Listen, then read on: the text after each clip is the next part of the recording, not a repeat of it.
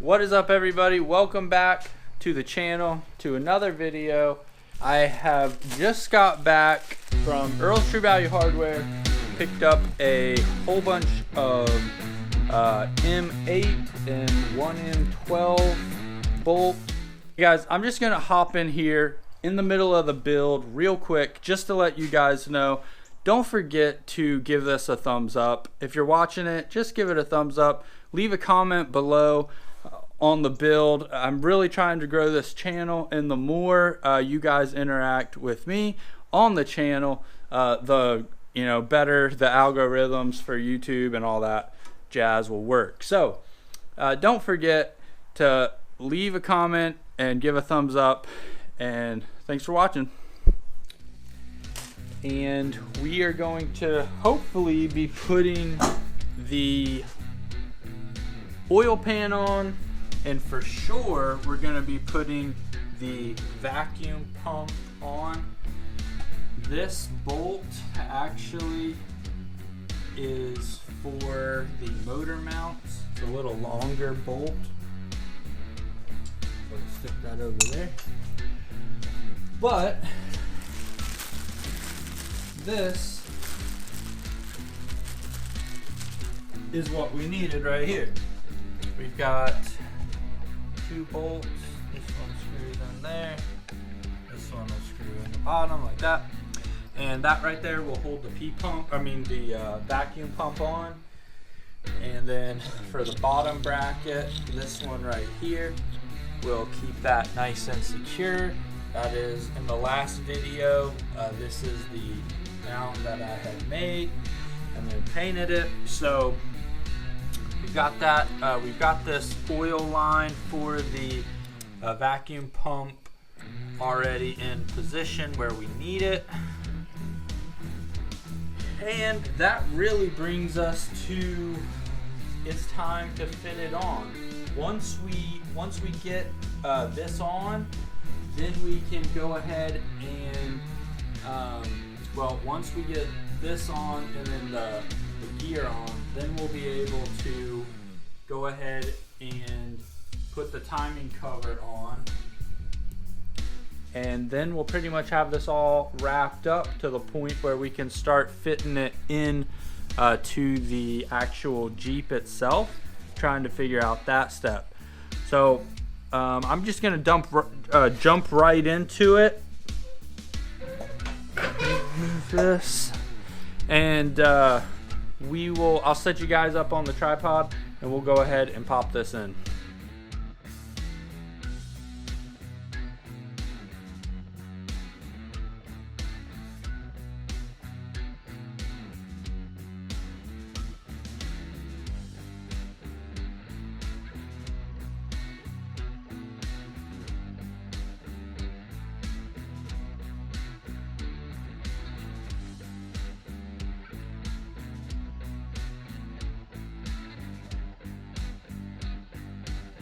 The vacuum pump is on. You'll stick it through the timing case. Just make sure the gears mesh up, obviously, or it won't go through. Then over on this side, you'll have two bolts, one up here, one down here. Those are M12 bolts. If you don't have them, they're M12, I think 1.75 is the thread pitch. Anyways, if that matters. But we got the oil line all screwed in to the vacuum pump.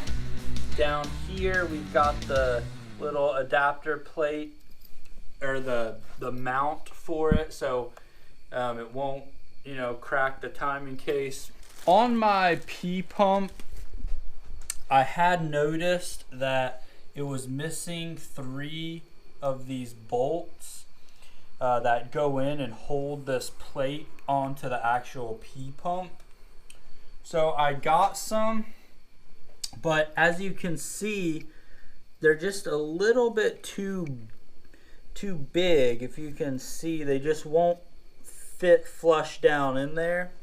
So I'm gonna grind around the outside of these just enough so they will slide down in there, and then we'll Loctite them in so they do not come out. But that's what I'm going to go ahead and do right now, and then we'll stick those in. We have got the 3 new bolts in here. I did have to, like I said earlier, grind around the outside to make them small enough to fit in there. Loctited those in because we do not want those coming out. And all that's left now with this timing cover is putting the gear on for the P-pump, which we already have ordered, and it's on its way. Coming over to this side, the other day we stuck the drain fitting in. I just ordered one off of eBay, and I have this fitting that will screw onto it from under here. However,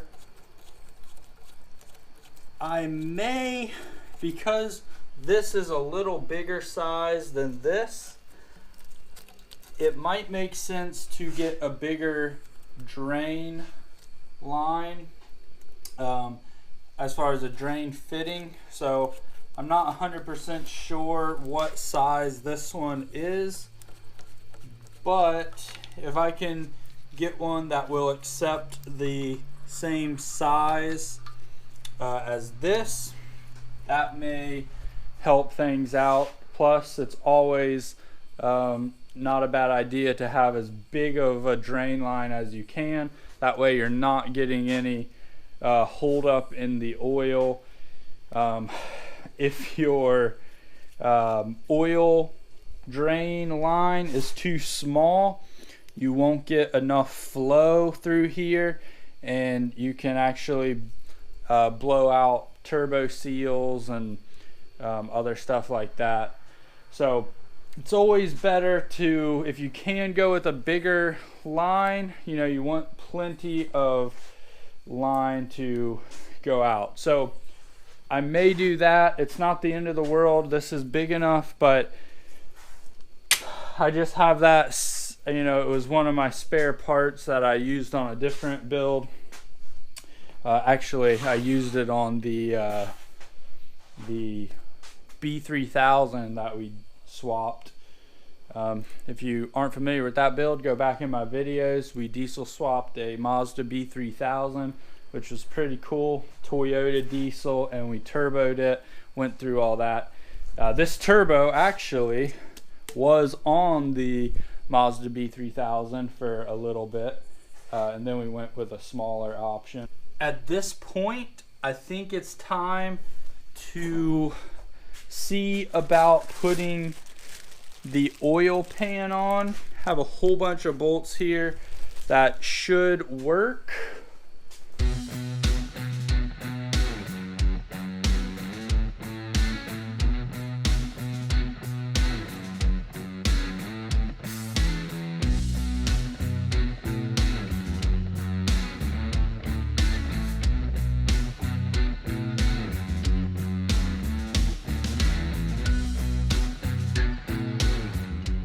Going to be setting the timing now on the P-pump. You're going to want to remove this cap here. I was getting ready to do the timing on this pump here.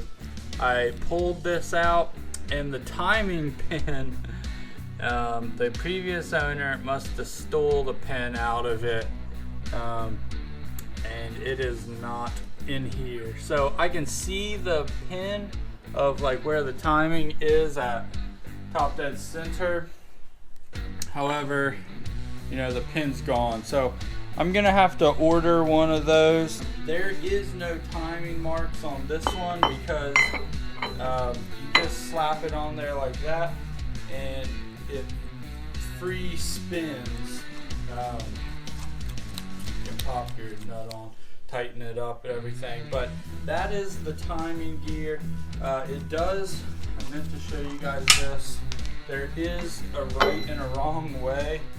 The big protruding side goes on the inside. I'm still unsure of which route I'm gonna go. I'm very tempted to just bite the bullet and buy a Cummins transmission, 5-speed or 6-speed, whatever, but I'm very torn. I think that would be the best route because the AX15 transmissions are not gonna really hold this kind of power, so I'd have to be very gentle on it, and probably eventually it would leave me stranded somewhere with a bunch of shattered internals somewhere, and it would never be at the convenient spot. So I will probably do that then, but if I can find a decent deal. And then that brings us to the axles themselves, will be the next weak link. So I'm thinking a lot of people do the Dana 60 swaps for the axles. That may be the route we have to go, but I'm very excited that we got this on. I'm a little bummed out though that the timing pin is not in here. That is a little bit concerning to me, just because it means, I'm not sure what that means, to be honest. It could just mean that someone took it, or it could mean that they used this pump and then they realized it didn't work, it had an issue, so they got a new pump and stole the timing pin. Like, that's the first route my mind goes, so I'm hoping that's not the case, but you really never know. I got this for a steal of a deal, and that could be why. It is another day, but something that I wanted to cover real quick is, I mentioned in a previous video about the injector lines being like $500 for new ones, specifically for the 24 valve P pump swap, because on the first gen motors, the injector lines run through the, like, over top of the head. So on these 24 valves, the newer ones, you've got to they're all like this, but the VP pump is set up way different. So for example, this fuel line runs to the, however it goes. Anyways, you get the point. You have to rebend the lines to make them fit.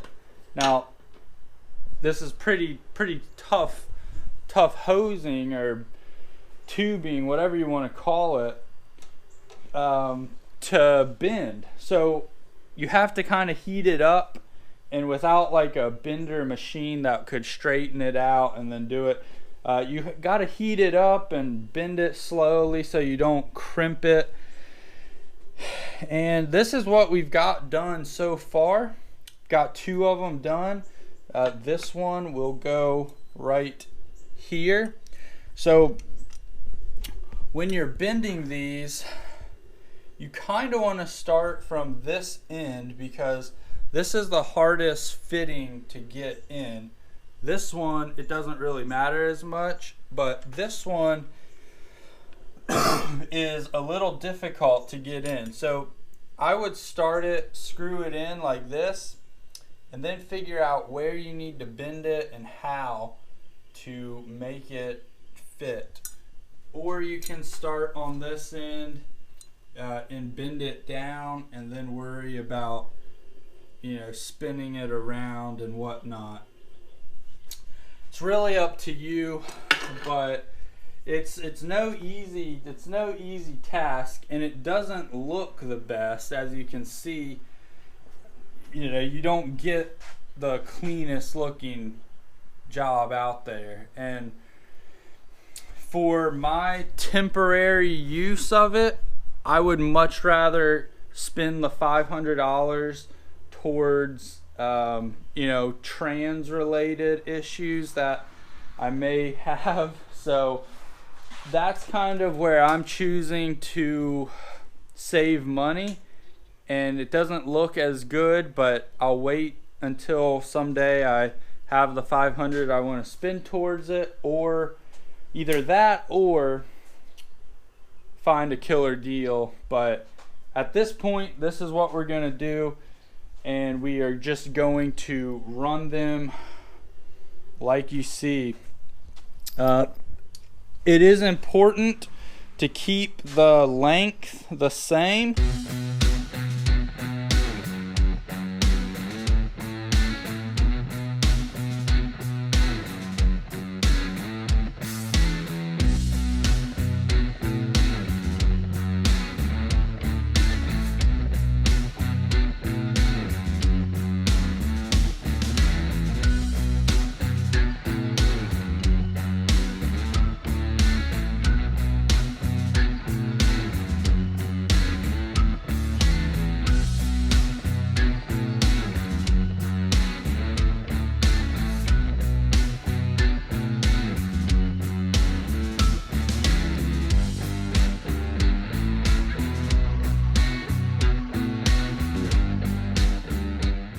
This is probably the most ghetto thing on this whole build for temporary use. It won't stay like this, but here are the fuel lines.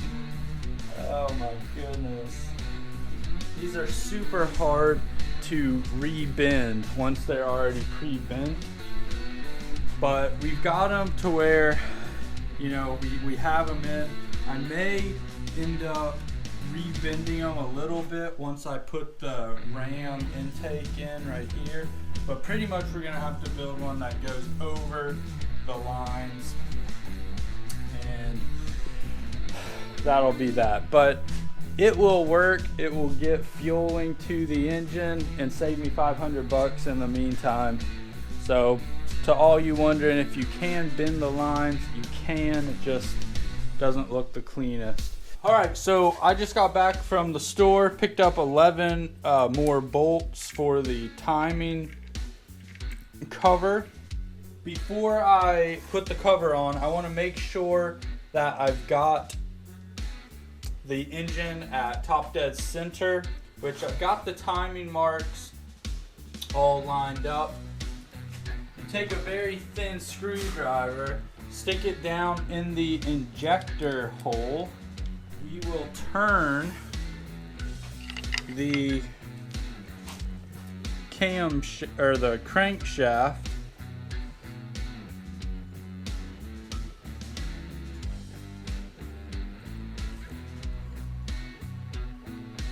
and you can see that the engine is going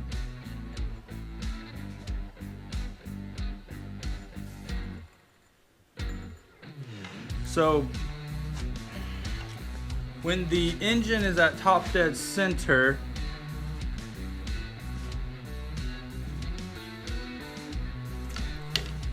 you'll notice that right about here,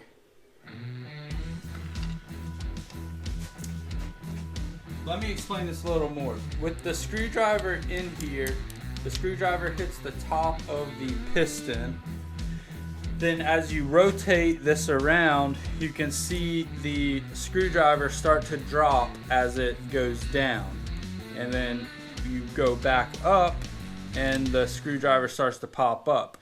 You want to get it right where the piston is at the top, which is top dead center. At this mark, you can see they both line up right on. So I know that's top dead center. And then we come over here and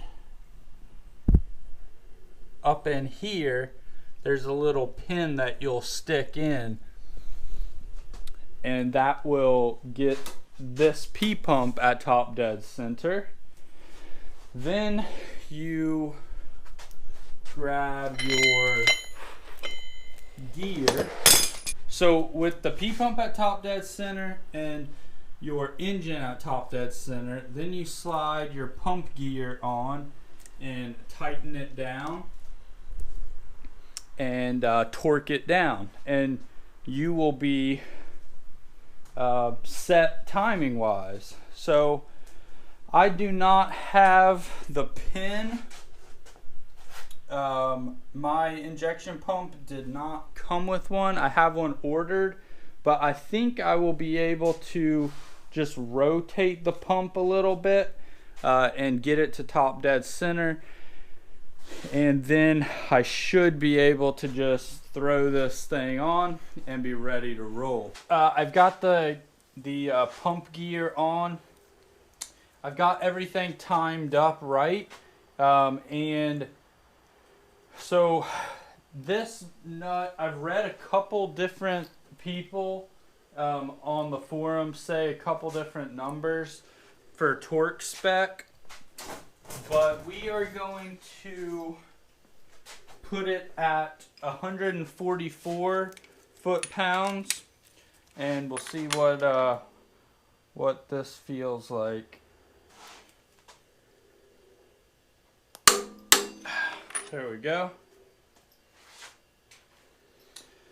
That is 144 foot-pounds, and I'm just gonna make sure my timing marks are back where they should be.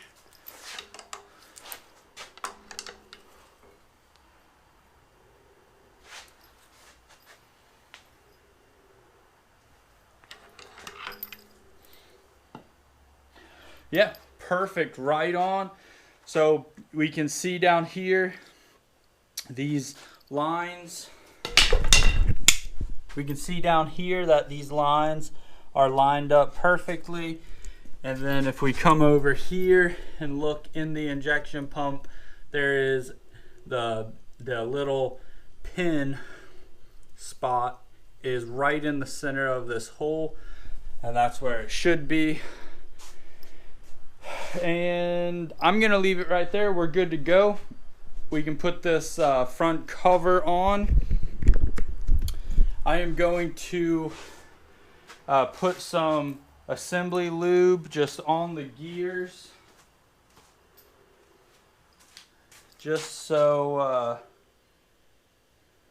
when I go to first, rotate this around a little bit, there is some lubrication on here. Got that all lubricated up. Something that I'm thinking about doing is doing a bench start. So literally, instead of waiting for the engine in the Jeep, I think what I might do is I might start it on the engine stand and just see if it starts up, what it does. But that's something I'll have to wait for until I get the starter on. And flywheel, obviously we'll need that on. But right now I'm going to go ahead and we are going to put the timing cover on. The timing cover is officially on, and we hopefully will not have to ever take that back off for a very, very long time, if ever. So that is on. It is all, I use this Right stuff. I really like it. It's very expensive, actually, like 20 bucks for that can, 19, something like that, but it does a phenomenal job. And that one can, I did pretty much this whole engine gasket wise, so I still have a ton left, and I have another one over here just chilling. But I've done the whole build with that one can of stuff. So, and I still have plenty left over. So we've got that. We really are, we're ready. Like, everything is timed up perfectly. Hopefully I will not have to take this off. I do have the crank or the balancer down there. I need a valve cover gasket. Still haven't pulled the trigger on one of those just because how expensive they are. So yeah, we're getting there. We're getting there slowly but surely, and it looks like I got a whole bunch of stuff on me. Well guys, I think that is where we will wrap up the video. I do appreciate you guys watching this video. We are very, very close. I know it seems like we're not getting to the best part, which is fitting the Jeep, but there really is just so much little things that you have to get that you really just don't think of until, you know, it's time to do it. So little things are holding me up, but hopefully now that we've got all this timing put together, ready to rock and roll pretty much, we can start with the fitment of getting this in the Jeep. There's really nothing else to hold up on that front. So thank you guys for watching. You know, give this a thumbs up, leave any comments down below. I really appreciate you guys watching, and I will catch you guys in the next upload. I'm out.